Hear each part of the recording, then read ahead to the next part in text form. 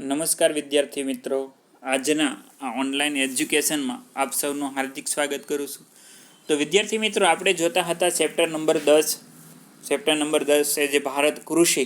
તો કૃષિ વિશે આગળ આપણે બધા જ જે ધાન્ય પાકો છે તેના વિશેનો અભ્યાસ છે એ આગળના વિડીયો લેક્ચરની અંદર આપણે કરી ચૂક્યા છીએ. એ પછી આજે આપણે જોઈએ તો જોવાનું છે કે ભાઈ કૃષિમાં ટેકનિકલ અને સંસ્થાકીય સુધારા, કે ભાઈ કૃષિ ક્ષેત્રે જોઈએ તો ઘણા બધા સુધારા થયેલા છે. ટેકનિકલ સુધારા અને સંસ્થાકીય સુધારાઓ, ટેકનિકલ અને સંસ્થાકીય સુધારાઓ છે એ થયેલા જોવા મળે છે. તો પહેલાંના જમાનામાં દાતરડું, કોદાળી, પાવડો, ઓરણી, હળ, ગાડું જેવા ટાંચા અને સાદા સાધનો વડે ખેતી કાર્ય કરવામાં આવતું હતું. કે પહેલાંના સમયમાં, પહેલાંના જમાનામાં જોઈએ તો આ મુખ્યત્વે ખેતી કરવા માટેના ઓજારો થયા. દાતરડું, કોદાળી, પાવડો, ઓરણી, હળ, ગાડું જેવા ટાંચા અને સાદા સાધનો વડે ખેતી કાર્ય કરવામાં આવતું હતું. હવે એમાં આધુનિક ઉપકરણોએ પગ પેસારો કર્યો. હવે એમાં આપણે જોઈએ તો આધુનિક ઉપકરણ એટલે સાધનો. આધુનિક ઉપકરણોએ પગ પેસારો કર્યો છે. જેમ કે જોઈએ તો આજે ટ્રેક્ટર, ટેલર, રોટાવેટર સૌથી સામાન્ય છે. એટલે આપણે જોઈએ તો બળદ વડે કામ થતું જ નથી, યંત્રો દ્વારા જે ખેતીની અંદર છે એ કામ થતું જોવા મળે છે. આ ઉપરાંત ઘઉંની કાપણી માટે થ્રેસર અને ત્યારબાદ જોઈએ તો હાર્વેસ્ટર જેવા અત્યાધુનિક ઉપકરણો વપરાવા લાગ્યા છે.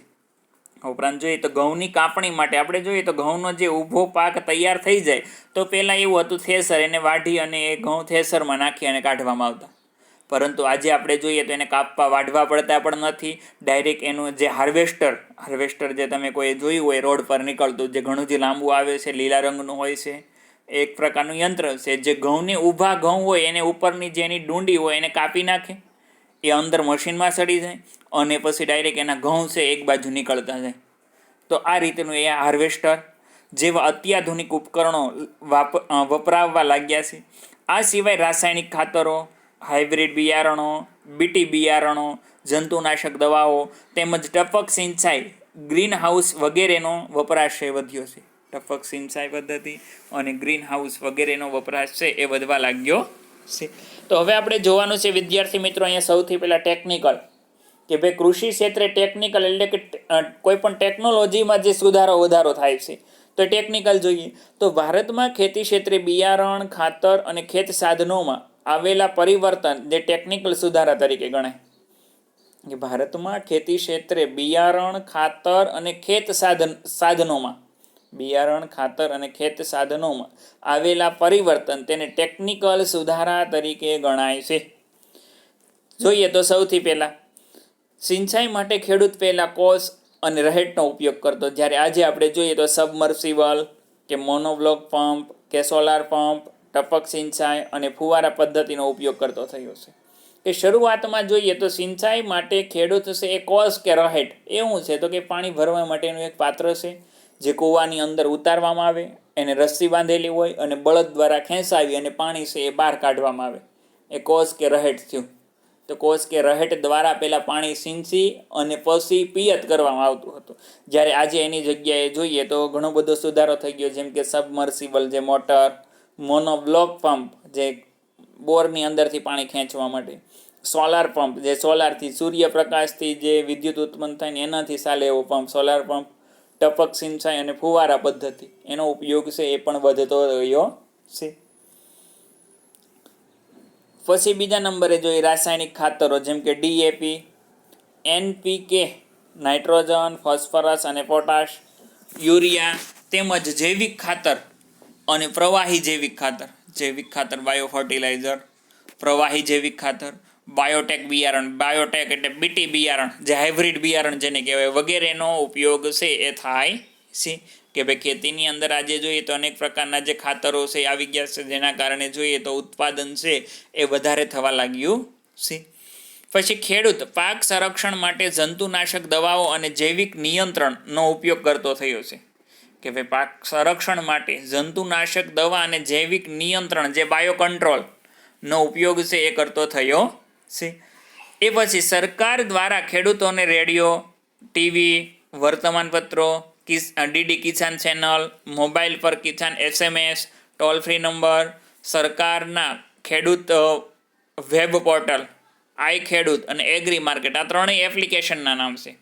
જે સ્માર્ટફોનની અંદર એપ્લિકેશન ઓનલાઈન છે એ તમામ વસ્તુ ભાવ છે એ ખેડૂત છે એ જોઈ શકે છે.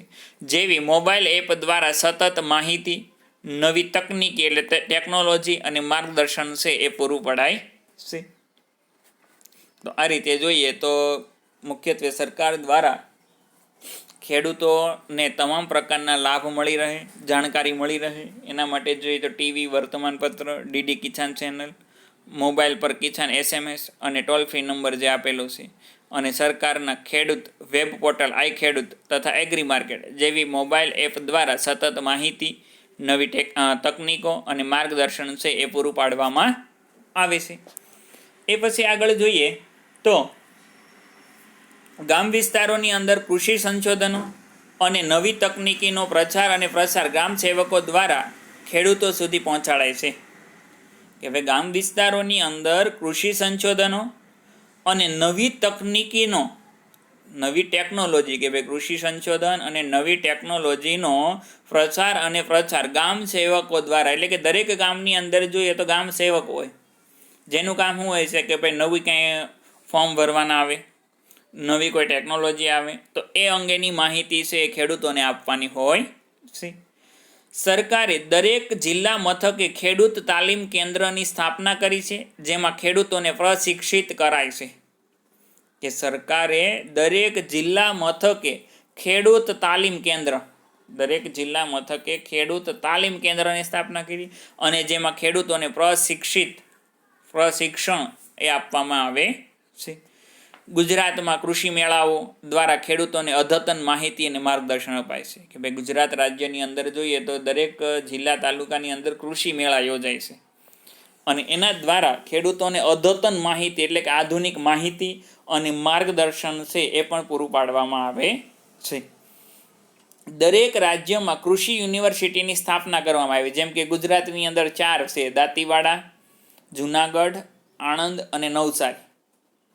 ગુજરાતની અંદર જોઈએ તો દરેક રાજ્યની અંદર યુનિવર્સિટી, કૃષિ યુનિવર્સિટી, એનું કામ શું હોય છે તો કે કૃષિવિદો, કેમ દરેક ક્ષેત્રમાં દાખલા તરીકે ડૉક્ટર તૈયાર કરે, હાલો કે ભાઈ મેડિકલ કોલેજ છે તો ડૉક્ટરો તૈયાર કરે, તો એવી રીતે આ કૃષિ યુનિવર્સિટીઓ છે એ કૃષિ ક્ષેત્રના અધિકારીઓને તૈયાર કરે છે. ટૂંકમાં તેઓ ખેતી ક્ષેત્રે નવા સંશોધન કરે અને કૃષિવિદો તૈયાર કરે. કે ભાઈ ખેતી ક્ષેત્રમાં નવું સંશોધન કરે છે અને કૃષિવિદો એટલે કે ખેતીના નિષ્ણાંત અધિકારીઓ એને તૈયાર કરવાનું કામ કરે છે.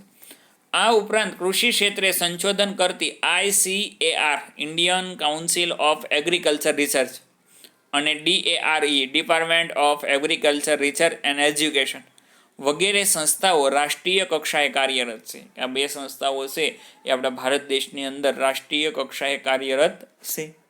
તો આ વાત થઈ આપણે અહીંયા મુખ્યત્વે ટેકનિકલ સુધારા, કે ભાઈ કૃષિ ક્ષેત્રે ટેકનોલોજીમાં જે સુધારા આવ્યા એ બધા ટેકનિકલ સુધારા થયા. કે દાખલા તરીકે હાલો કે ભાઈ પહેલાં જે હળથી ખેડ થતી એની જગ્યાએ ટ્રેક્ટર આવ્યું, પાણી જે સિંચાઈ પહેલાં થતું એની જગ્યાએ સબમર્સિબલ મોટર આવી, તો એ બધા ટેકનિકલ સુધારા થયા. તો અત્યાર સુધીના આપણે જે જોઈએ એ ટેકનિકલ સુધારા. અને એના પછી હવે આગળ આપણે જોવાનું છે સંસ્થાકીય સુધારાઓ. ભારતમાં જમીન માલિકી, ખેત ધિરાણ અને ખેત પેદાશના વપરાશ અંગે થયેલ સુધારા એ સંસ્થાનગત સુધારા. કે ભાઈ જો આમાં ક્યાં ક્યાં સુધારા આવે ને એ બંનેમાં આપેલું છે. પહેલામાં શું છે તો કે જંતુનાશક દવા, રાસાયણિક ખાતર અને BTB આ જે બિયારણ, એમાં જે સુધારા થાય એ બધા ટેકનિકલ સુધારામાં આવશે. અને આની અંદર શું કીધું, તો જમીન માલિકી, ખેત ધિરાણ અને ખેત પેદાશના, ખેતીમાંથી જે વસ્તુનું ઉત્પાદન થાય ખેત પેદાશના વેચાણ અંગે થયેલા સુધારા એ સંસ્થાનગત સુધારા કહેવાય. તો ટેકનિકલ અને સંસ્થાનગત આવા 2 સુધારા છે.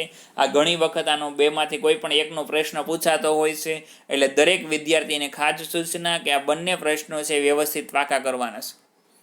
કૃષિ ક્ષેત્રે થયેલા ટેકનિકલ સુધારા અને કૃષિ ક્ષેત્રે થયેલા સંસ્થાકીય સુધારાઓ. તો સંસ્થાકીય સુધારાઓ જોઈએ આપણે. એમાં પહેલું, સરકારે જમીનદારી પ્રથા નાબૂદ કરી ખેડૂતોનું શોષણ અટકાવ્યું છે. ખેડે તેની જમીનના કાયદા દ્વારા ખેડનારને જમીન માલિકીનો છાસો હક અપાયો છે. કે સરકારે જમીનદારી પ્રથા નાબૂદ કરી. જમીનદારી પ્રથા એટલે પહેલાં એવું હતું કે જે કોઈ એક વ્યક્તિ ખેડૂત છે 500 વીઘાની પાસે જમીન હોય તો એ એની જમીન ગણાતી અને બીજાને ભાડે ખેતી કરાવતો, તો એ જમીનદારી પ્રથા હતી ટૂંકમાં. તો એ જમીનદારી પ્રથા નાબૂદ કરી અને ખેડૂતોનું શોષણ છે એ અટકાવ્યું, કે એમાં ખેડૂતોનું જે ભાડે જમીન રાખે એનું શોષણ થતું, તો આ શોષણ થતું તેનું અટકાવ્યું. એવો કાયદો કર્યો, એવું સરકારે નિયમ બનાવ્યો કે ખેડે તેની જમીન ના કાયદા દ્વારા ખેડનારને જમીન માલિકીનો સાચો હક આપ્યો છે. કે ખેડે તેની જમીન, જે જમીન ખેડે છે, એમાં મહેનત કરે છે, ઉત્પાદન મેળવે છે, એની જમીન એને જ સાચો જમીન માલિકીનો હક છે, એવો હક છે એ આપવામાં આવ્યો છે. એ પછી બીજો મુદ્દો, જમીન ટોચ મર્યાદાના કાયદા દ્વારા જમીન માલિકીની અસમાનતા દૂર કરેલ છે. જમીન ટોચ મર્યાદાના કાયદા દ્વારા, ટોચ મર્યાદા એટલે કે ભાઈ મર્યાદિત, કે ભાઈ વધુમાં વધુ એટલી જમીન રાખી શકે એવી ટોચ મર્યાદા નક્કી કરી, કે ભાઈ કોઈ પણ ખેડૂત છે એ વધુમાં વધુ એટલી જમીન હોઈ શકે એની પાસે. એવી ટોચ મર્યાદાના કાયદા દ્વારા જમીન માલિકીની અસમાનતા દૂર કરી. જમીનની માલિકીની અસમાનતા, નકર એવું હતું ઘણા જે ગરીબ વર્ગ છે, નાના ખેડૂત છે, એની પાસે 1, 2 કે 5 વીઘા જમીન હોય, જ્યારે મોટા ખેડૂતો છે એની પાસે 500 વીઘા, 1000 વીઘા, એમ અસમાનતા હતી. તો એ અસમાનતા છે એ દૂર કરેલ છે જમીન ટોચ મર્યાદાના કાયદા દ્વારા. પછી કિસાન ક્રેડિટ કાર્ડ દ્વારા અને રાષ્ટ્રીયકૃત તેમજ સહકારી બેન્કો દ્વારા ખેડૂતોને આર્થિક મદદ માટે કૃષિ ધિરાણ આપવામાં આવશે. કે દરેક ખેડૂતની પાસે જોઈએ તો એક કિસાન ક્રેડિટ કાર્ડ હોય. કિસાન ક્રેડિટ કાર્ડ દ્વારા અને રાષ્ટ્રીયકૃત તેમજ સહકારી બેન્કો દ્વારા, જે રાષ્ટ્રની તેમજ સહકારી બેન્કો દ્વારા ખેડૂતોને આર્થિક મદદ માટે કૃષિ ધિરાણ આપવામાં આવે. ખેડૂતોને આર્થિક મદદ મળી રહે એ માટે કૃષિ ધિરાણ, ખેતી ઉપર લોન, એને કૃષિ ધિરાણ કહેવાય, જે ઓછા વ્યાજના દરે આપવામાં આવે છે. એ પછી સરકાર બિયારણ અને ખાતરો તથા જંતુનાશક દવાઓ ખરીદવા માટે સબસિડી અને આર્થિક મદદ કરે. બિયારણ, ખાતર કે દવા વગેરેની ખરીદી માટે સરકાર છે એ જોઈએ તો સબસિડી આપે છે, અથવા તો અમુક ટકા આર્થિક મદદ છે એ પણ ખેડૂતોને કરે છે. પછી દુષ્કાળ કે વધુ વરસાદને કારણે, એના પહેલાં આગળ પ્રધાનમંત્રી પાક વીમા યોજના દ્વારા ખેડૂતોને ખેતી પાકોનું વીમાકીય રક્ષણ પૂરું પાડવામાં આવે.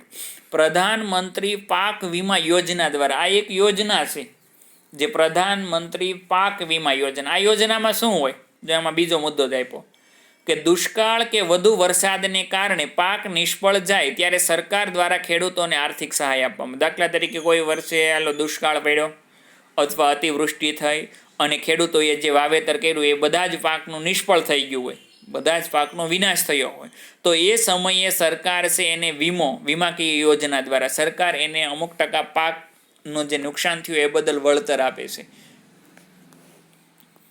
એ પછી માર્કેટ યાર્ડમાં ખેત પેદાશના વેચાણમાં કાયદાકીય જોગવાઈ કરી અને ખુલ્લી હરાજીની પ્રક્રિયા વ્યાપક બનાવી છે. હાલમાં આપણે જોઈએ તો માર્કેટિંગ યાર્ડમાં ખુલ્લી હરાજી મૂકવામાં આવે કે ભાઈ જે ખેડૂતોની વસ્તુ આવે એ ઢગલો કરી અને જે વેપારી હોય એ બધા એનો ભાવ બોલતા હોય છે. તો આ ખુલ્લી હરાજીની પ્રક્રિયા છે વ્યાપક બનાવી છે.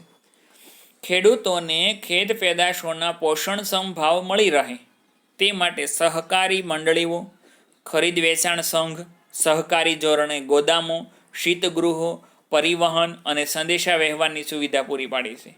કે ભાઈ ખેડૂતોને ખેત પેદાશોના પોષણક્ષમ ભાવ એટલે કે ખેડૂતોને પોસાય તેવા ભાવ મળી રહે તે માટે સહકારી મંડળીઓ, ખરીદ વેચાણ સંઘ, સહકારી ધોરણે ગોદામો, શીતગૃહો અને પરિવહન અને સંદેશા વ્યવહારની સુવિધા વગેરે પૂરું પાડવામાં આવે છે. ખેડૂતોને પૂરતા ભાવ મળી રહે એ માટે તમામ પ્રકારની સગવડતા છે પૂરી પાડવામાં આવે છે.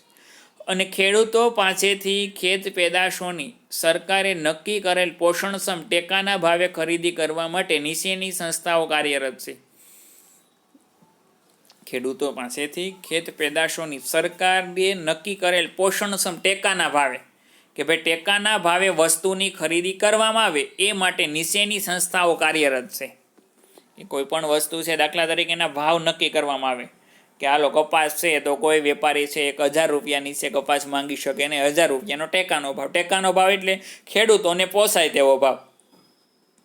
એના માટે જોઈએ તો અહીં 3 સંસ્થા કાર્યરત છે. ભારતીય રાષ્ટ્રીય કૃષિ સહકારી વિપણન સંઘ, ગુજરાત તેલીબિયા ઉત્પાદક સંઘ અને રાષ્ટ્રીય ડેરી વિકાસ નિગમ. આ જે 3 સંસ્થાઓ ટેકાના ભાવ છે એના દ્વારા નક્કી કરવામાં આવે છે. તો આ વાત થઈ આપણે અહીંયા મુખ્યત્વે સંસ્થાકીય સુધારાઓ. ભારતમાં જમીન માલિકી, ખેત ધિરાણ અને ખેત પેદાશના વેચાણ અંગે થયેલ સુધારા તેને સંસ્થાનગત સુધારા કહે છે.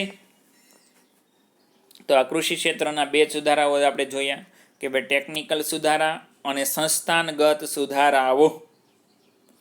એ પછી આગળ હવે આપણે જોઈએ તો જોવાનું છે હરિયાળી ક્રાંતિ વિશે.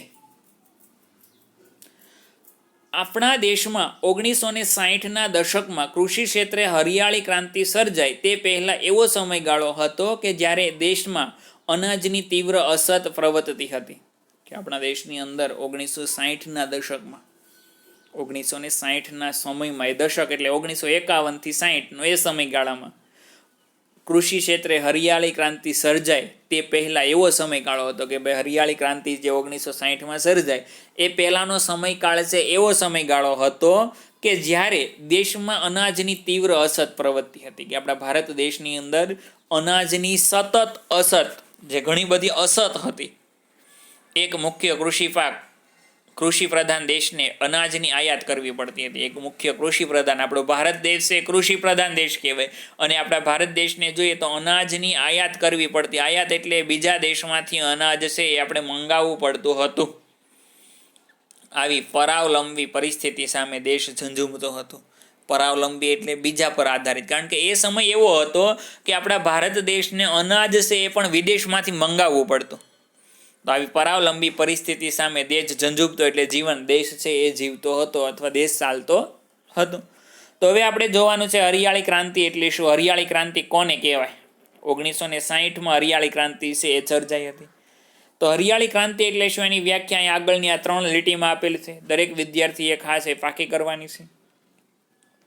બિયારણની સુધારેલી જાતો, રાસાયણિક ખાતરોનો વધતો જતો ઉપયોગ, દેશના ખેડૂતોનો પ્રચંડ પુરુષાર્થ એટલે સખત મહેનત, અને વીજ વિતરણની વ્યાપક વ્યવસ્થા, લાઇટની યોગ્ય વ્યાપક વ્યવસ્થા, સિંચાઈની સવલતોમાં થયેલ સુધારા વગેરે પરિબળોથી કૃષિ ક્ષેત્રે ઉત્પાદનમાં થયેલ અસાધારણ વધારાને હરિયાળી ક્રાંતિ તરીકે ઓળખવામાં આવે. જો હરિયાળી ક્રાંતિની વ્યાખ્યા થઈ કે ભાઈ બિયારણની સુધારેલી જાતો, રાસાયણિક ખાતરનો વધતો જતો ઉપયોગ અને દેશના ખેડૂતોનો પ્રચંડ પુરુષાર્થ.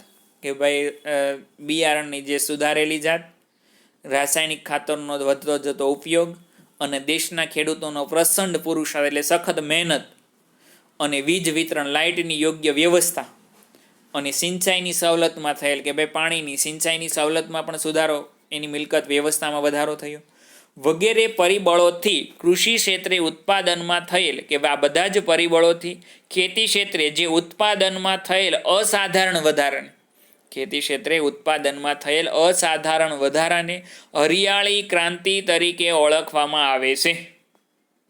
તેને હરિયાળી ક્રાંતિ તરીકે ઓળખાય છે. તો હરિયાળી ક્રાંતિની વ્યાખ્યા થઈ. એ પછી હરિયાળી ક્રાંતિનો મુખ્ય ઉદ્દેશ હતો કૃષિ ઉપજમાં વધારો કરવો. કે ભાઈ હરિયાળી ક્રાંતિનો મુખ્ય ઉદ્દેશ શું હતો, હેતુ શું હતો, તો કે કૃષિ ઉપજ, ખેતીના ઉત્પાદનમાં વધારો કરવો, ખેડૂતોને વધુ પ્રમાણમાં રાસાયણિક ખાતર અને કીટનાશકોનો ઉપયોગ કરવા માટે પ્રેરિત કરવામાં આવ્યા. કે ભાઈ ખેડૂતોને વધુ પ્રમાણમાં રાસાયણિક ખાતર અને કીટનાશક એટલે જંતુનાશક દવા, કે ભાઈ ખેડૂતોને વધુમાં વધુ રાસાયણિક ખાતર અને જંતુનાશક દવાનો ઉપયોગ કરી અને ઉત્પાદન કઈ રીતે વધે, ઉત્પાદનમાં વધારો કરવા માટે, કૃષિ ઉપજમાં વધારો કરવાના લક્ષ્યને હાંસલ કરવામાં સફળતા મળી. કે ભાઈ હરિયાળી ક્રાંતિનો હેતુ શું હતો, તો કે કૃષિ ઉત્પાદનમાં વધારો કરવો. કે ભાઈ વધુમાં વધુ રાસાયણિક ખાતર, જંતુનાશક દવા એનો વધુમાં વધુ ઉપયોગ કરી અને કૃષિના ઉત્પાદનમાં વધારો કરવો એવો લક્ષ્ય હતો, અને એ લક્ષ્યને હાંસલ કરવામાં સફળતા મળી, લક્ષ્યને પ્રાપ્ત કરવામાં સફળતા પ્રાપ્ત થઈ હતી. હરિયાળી ક્રાંતિથી ઘઉં અને ડાંગરના પાકમાં વિક્રમજનક ઉત્પાદન થયું હતું. હરિયાળી ક્રાંતિથી ઘઉં અને ડાંગરના પાકમાં, હરિયાળી ક્રાંતિના કારણે જોઈએ તો ઘઉં અને ડાંગર એટલે ચોખા એમાં વિક્રમજનક એટલે કે ખૂબ જ જે ક્યારેય ઉત્પાદનમાં વધારો નહોતો થયો એટલો ઉત્પાદનમાં વધારો છે એ ઘઉં અને ડાંગરમાં થયો હતો. દેશમાં પહેલાં જ્યાં અન્નની અછત હતી ત્યાં આજે અનાજના પર્યાપ્ત ભંડારો છે.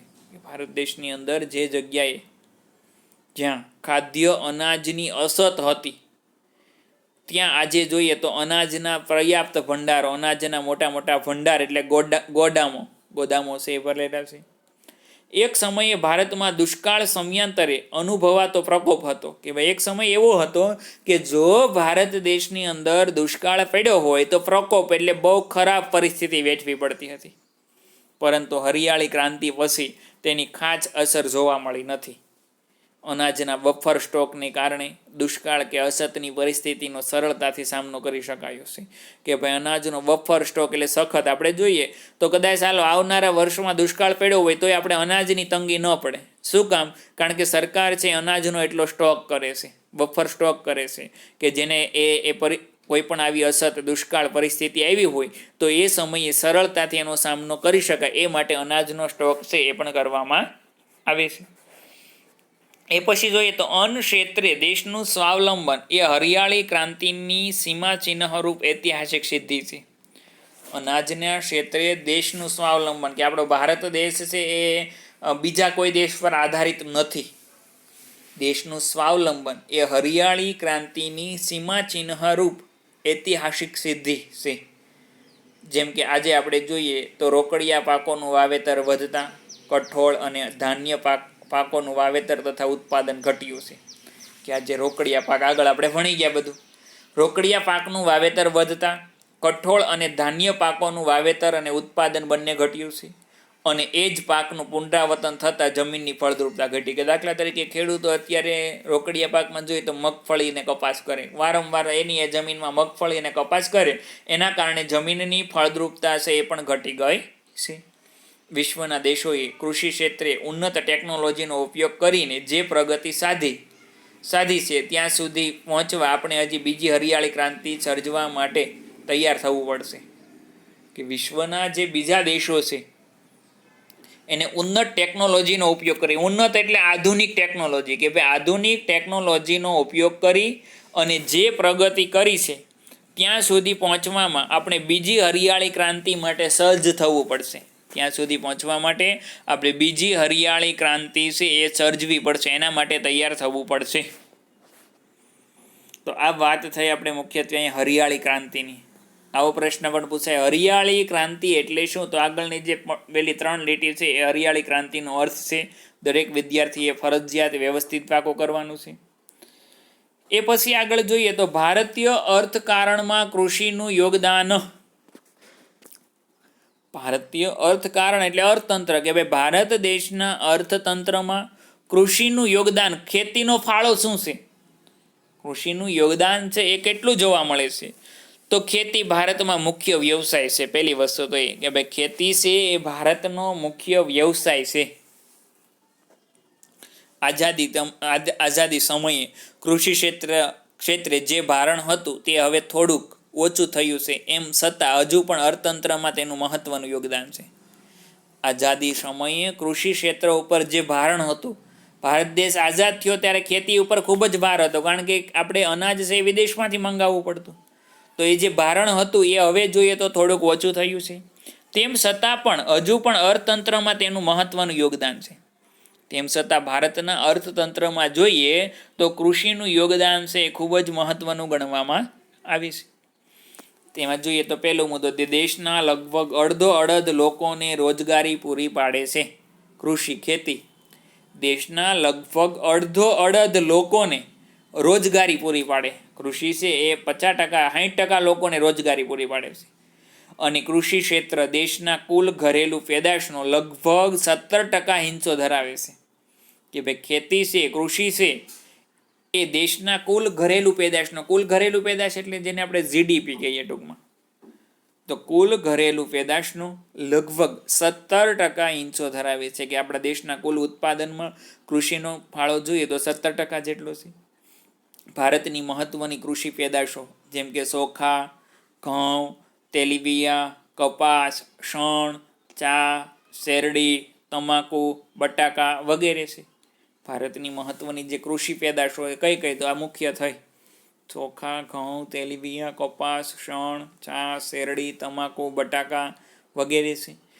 અને તેની નિકાસમાંથી વિદેશી ઉડિયામણ પ્રાપ્ત થાય છે.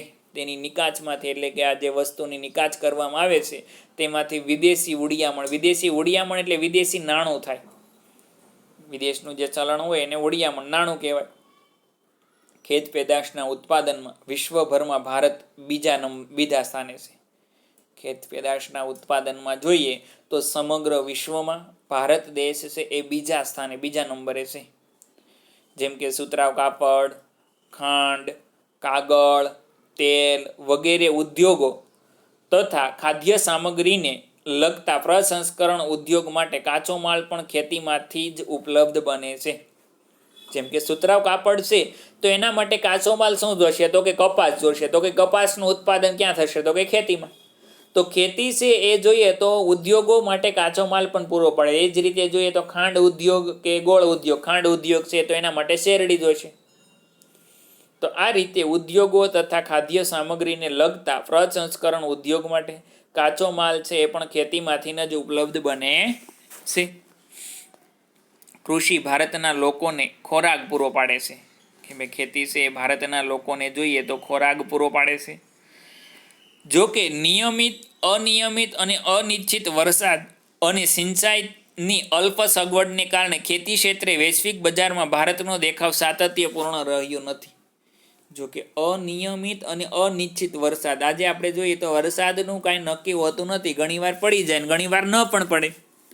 અનિયમિત અને અનિશ્ચિત વરસાદ અને સિંચાઈની અલ્પ એટલે કે ઓછી સગવડ, એના કારણે જોઈએ તો ખેતી ક્ષેત્રે વૈશ્વિક બજારમાં ભારતનો દેખાવ સાતત્યપૂર્ણ એટલે કે સારો રહ્યો નથી. ખેતી ક્ષેત્રે વિશ્વના બજારમાં ભારત દેશનો પ્રભાવ જોઈએ તો ખેતી ક્ષેત્રમાં એટલો બધો સારો દેખાવ છે એ રહ્યો નથી. એ પછી આગળ આપણે જોઈએ તો અનાજ સંરક્ષણ. આગળ આપણે વાત કરી કે ભાઈ દુષ્કાળ પડે તો એના માટે અનાજ સંરક્ષણ, અનાજનો સ્ટોક કરવામાં આવે, સંગ્રહ કરવામાં આવે છે. તો એ અનાજનો સંગ્રહ કરવો એ ખૂબ જ ફાયદાકારક છે. તો જોઈએ, આજે કોઈ પણ દેશ માટે અન્ન સુરક્ષા જરૂરી છે. આજે કોઈ પણ દેશ હોય તો એના માટે અન્ન સુરક્ષા, અનાજનો સંગ્રહ કરવો, સુરક્ષા કરવી એ ખૂબ જ જરૂરી છે. જો અનાજની માંગ વધતી જતી હોય અને અનાજની મોટા પાયે આયાત કરવી પડતી હોય તો તે દેશ માટે તેની રાજકીય સ્વતંત્રતા જોખમમાં મુકાઈ શકે. કે જો અનાજની માંગ વધતી હોય, આપણા ભારત દેશની અંદર અનાજની માંગ વધતી હોય અને અનાજની મોટા પાયે આયાત કરવી પડતી હોય તો એ સરકાર માટે જોઈએ તો એ નબળો પોઈન્ટ ગણવામાં આવે છે. કારણ કે દેશની અંદર આપણે કોઈ પણ વસ્તુ મંગાવવી ન પડે. આપણા દેશમાં જે વસ્તુની જરૂર પડે એ આપણે જ ઉત્પન્ન કરવી પડે, આયાત કરવી પડતી હોય. અને એ ઉપરાંત જોઈએ તો એ અનાજ છે મંગાવવું પડતું હોય તો દેશ માટે તેની રાજકીય સ્વતંત્રતા જોખમમાં મુકાઈ શકે. એ દેશ માટે તેની રાજકીય ક્ષેત્રે જે સ્વતંત્રતા છે એ જોખમમાં મુકાઈ શકે છે. હરિયાળી ક્રાંતિને લીધે આપણે અનાજ ઉત્પાદનમાં સ્વાવલંબી બન્યા છીએ. કે ભાઈ હરિયાળી ક્રાંતિને કારણે જોઈએ તો અનાજના ઉત્પાદનમાં આપણે સ્વાવલંબી એટલે આપણે આપણા પર જ આધારિત છે, બીજા કોઈ પણ આધાર રાખવો પડતો નથી. હરિયાળી ક્રાંતિ પહેલાં આપણે ટૂંકમાં 1960 પહેલાં અનાજ મંગાવવું પડતું, 60 પછીથી મંગાવવું પડતું નથી. એટલા માટે કહેવાય સ્વાવલંબી બન્યા છીએ. અનાજ ઉત્પાદનના વધારા સાથે સાથે દેશની વસ્તીમાં પણ વધારો થયો છે. કે ભાઈ અનાજ ઉત્પાદનમાં જે વધારો થયો સાથે સાથે દેશની વસ્તીમાં પણ વધારો થયો છે. 1951માં દેશની વસ્તી આશરે 36 કરોડ અને 10 લાખની હતી. જો 1951માં દેશની વસ્તી કેટલી? દાખલા તરીકે હાલો 36 કરોડ હતી, જે આજે 125 કરોડ કરતાં પણ વધારે છે. જેમ જેમ જોઈએ તો સમય આગળ વધતો જાય એ રીતે વસ્તીમાં અનાજનું ઉત્પાદન વધે, વસ્તી વધે. આમ અનાજની માંગ પણ વધી છે. તેમ છતાં આપણા દેશમાં 5 વર્ષમાં અનાજનું ઉત્પાદન પણ વધ્યું. કે અનાજની માંગ તો વધી છે પરંતુ પણ જોઈએ તો એની માંગની સાથે સાથે દેશમાં જોઈએ તો વસ્તીમાં વધારો થયો છે. આમ છતાં આપણા દેશમાં છેલ્લા 5 વર્ષમાં અનાજનું ઉત્પાદન ઘણું બધું વધ્યું છે. જેમ કે 1950-51 ભારતમાં 51 કરોડ ટન અનાજ ઉત્પાદન થયું હતું. 50-51 ભારતમાં 51 કરોડ ટન અનાજનું ઉત્પાદન થયું હતું. જ્યારે 2013-14 જોઈએ તો 265 કરોડ ટન. જો ક્યાં 51 ક્યાં 265. તો જેમ જેમ દિવસ વધતા ગયા એમ સમય ગયો એની સાથે સાથે જોઈએ તો ઉત્પાદનમાં પણ ખૂબ જ વધારો થયેલો જોવા મળે છે. આજે આપણી પાસે એટલું અનાજ છે કે દેશની ન્યૂનતમ જરૂરિયાત પૂરી કરી શકાય. આપણા ભારત દેશમાં છે એટલું અનાજ છે કે દેશની ન્યૂનતમ એટલે પાયાની પ્રાથમિક જરૂરિયાત છે એ પણ પૂરી પાડી શકાય છે. એટલું અનાજ આપણી પાસે છે. આ ભંડાર ટકાવી રાખવો અને તેમાં વધારો કરવો એ આવશ્યક એટલે જરૂરી છે. કે આ ભંડાર એટલે અનાજનો સ્ટોક છે એ ટકાવી રાખવો, એમાં વધારો કરવો એ પણ ખૂબ જ જરૂરી છે. અનાજનો બફર સ્ટોક એટલે સખત સ્ટોક. જે બફર સ્ટોક ઊભો કરીને દુષ્કાળ કે ઓછા અનાજ ઉત્પાદન સમયે અનાજની તંગી અટકાવી શકાય. કે ભાઈ અનાજનો એટલો બધો સ્ટોક શા માટે કરવામાં આવે? તો કે ઊભો એ સ્ટોક એટલા માટે કે દુષ્કાળ વખતે અથવા તો અનાજનું ઓછું ઉત્પાદન થયું હોય એ સમયે અનાજની તંગી છે અટકાવી શકાય, અનાજની અછત છે અટકાવી શકાય છે. અનાજના ગોદામોમાં રહેલ અનાજને સાચવવાની વૈજ્ઞાનિક પદ્ધતિઓ અપનાવી અને અનાજનો બગાડ થતો પણ અટકાવી શકાય. કે અનાજના જે ગોદામો છે તો એ ગોદામોમાં રહેલ અનાજને સાચવવાની, કે ભાઈ ગોડાઉનની અંદર જે કાંઈ અનાજ છે એને જાળવી રાખવું, સાચવી રાખવા માટેની અને વૈજ્ઞાનિક પદ્ધતિ અપનાવે. કે ભાઈ નકર એવું બને આપણા ઘરે દાખલા તરીકે અનાજ હોય એને ગમે તેમ મૂકી દીધું હોય તો એ 6 મહિના કે વર્ષમાં પણ બગડી જતું હોય. પરંતુ આ તો મોટો આખા ભારત દેશનો સ્ટોક છે તો એ બગડે નહીં, ખરાબ ન થાય એ માટે વૈજ્ઞાનિક પદ્ધતિથી અનાજનો બગાડ થતો અટકાવી શકાય છે. આ અનાજ હજારો ગરીબ પરિવારોને વિના મૂલ્યે આપી અને તેની ભૂખ મિટાવી શકાય છે. કે અનાજ આપણી પાસે એટલો સ્ટોક છે કે હજારો ગરીબોને વિના મૂલ્યે એટલે કે પૈસા વગર ફ્રીમાં આપી અને તેનો ભૂખ મિટાવી શકાય એટલું અનાજ આપણી પાસે છે. અનાજનો બગાડ અટકાવવો એ સમયની તાતી એટલે ખાસ અગત્યની જરૂરિયાત છે. હાલમાં અનાજનો બગાડ થતો અટકાવવો તે અનાજના સંગ્રહણ અને પ્રબંધનની વ્યવસ્થા સુદૃઢ કરવી એ અત્યંત આવશ્યક છે. અનાજનો સંગ્રહ કરવો અને પ્રબંધ એટલે કાયદો, અનાજનો સંગ્રહ અને એની જાળવણી કરવી, એની વ્યવસ્થા કરવી એ સુદૃઢ વ્યવસ્થા કરવી અત્યંત આવશ્યક છે. સરકારે ખાદ્ય સુરક્ષા કાયદા દ્વારા ગરીબો સુધી અનાજ વિતરણ કરવાની જોગવાઈ કરી અને એક સારી શરૂઆત કરી. સરકારે ખાદ્ય સુરક્ષા કાયદા દ્વારા ગરીબો સુધી અનાજ વિતરણ કરવાની, કે ભાઈ બધા જ ગરીબ લોકો સુધી અનાજનું વિતરણ કરવું અને એ અનાજ વિતરણ કરવું એક સારી બાબતની શરૂઆત છે એ આપણા ભારત સરકારે કરેલી છે. એ પછી આગળ જોઈએ તો ભારતની ખેતી પર વૈશ્વિકીકરણની અસર. આ છેલ્લો પ્રશ્ન એક છે. આવો પ્રશ્ન પણ ઘણી વખત પૂછાય છે કે ભારતની ખેતી પર વૈશ્વિકીકરણની કેવી અસર, શું અસર પડી? ભારતની કૃષિ પર વૈશ્વિકીકરણની અસર.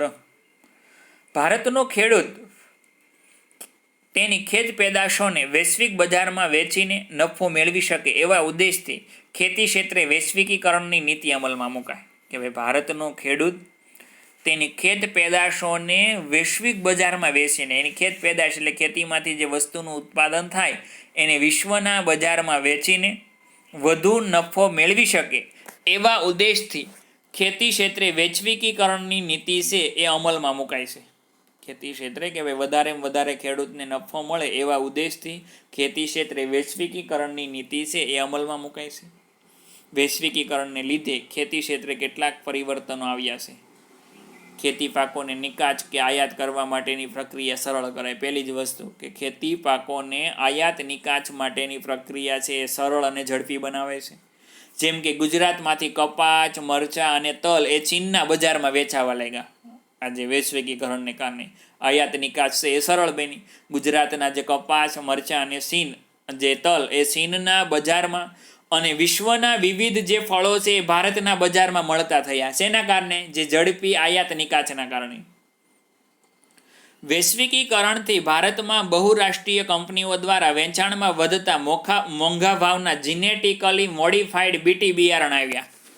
વૈશ્વિકીકરણને કારણે જોઈએ તો ભારતમાં બહુરાષ્ટ્રીય કંપની દ્વારા, બહુરાષ્ટ્રીય એટલે જે ઘણી કંપની, ટૂંકમાં એક કોઈ કંપની છે એ એક દેશ કરતાં વધારે દેશોમાં ચાલતી હોય એવી બહુરાષ્ટ્રીય કંપની કે બહુરાષ્ટ્રીય કંપનીઓ દ્વારા વેચવામાં આવતા જે મોંઘા ભાવના જીનેટિકલ મોડિફાઈડ બિયારણ એટલે કે હાઇબ્રિડ બિયારણ, જે સંકરણ કરેલી પ્રજાતિ કે જેના દ્વારા ઉત્પાદન છે ખૂબ જ વધારે ને સારું આવે. દાખલા તરીકે આપણે બજારમાં જઈએ તો ઘણા મકાઈ લેવા જાય તો કે ભાઈ અમેરિકન મકાઈ, આ એનો મકાઈ છે એ પ્રમાણમાં મોટી આવે, એના દાણા મોટા આવે. તો એ બિયારણે કેવું થયું? જીનેટિકલ હાઇબ્રિડ બિયારણ થયું. તો આ રીતે બીટી બિયારણો આવ્યા જેના લીધે ખેતી ખર્ચાળ બની, કારણ કે એમાં ખાતર અને જંતુનાશક દવાની જરૂર પડે. જો કે કપાસ અને મકાઈમાં તેનાથી ઉત્પાદનમાં વધારો થયો કે આ જે બિયારણ આવ્યા એના કારણે કપાસ અને મકાઈનું ઉત્પાદન છે એ ખૂબ જ વધારો થયો છે. આમ આયાત સરળ થતાં ઘર આંગણે આપણા કૃષિ ઉત્પાદનોને સ્પર્ધાનો સામનો કરવો પડે છે. કે આયાત સરળ થતાં ઘર આંગણે આપણા કૃષિ ઉત્પાદનોને સ્પર્ધાનો સામનો, કે ભાઈ ખેતી ઉત્પાદકોને સ્પર્ધા, જે હરીફાઈનો સામનો કરવો પડે. ઘણીવાર બને એવું કે આપણા જે રાજ્યની અંદર ઉત્પન્ન થાય એ વસ્તુ બીજે મોકલી દેવામાં આવે અને આપણા રાજ્યની અંદર જ એની અછત પડતી હોય છે, તો એ સ્પર્ધાનો સામનો કરવો પડે.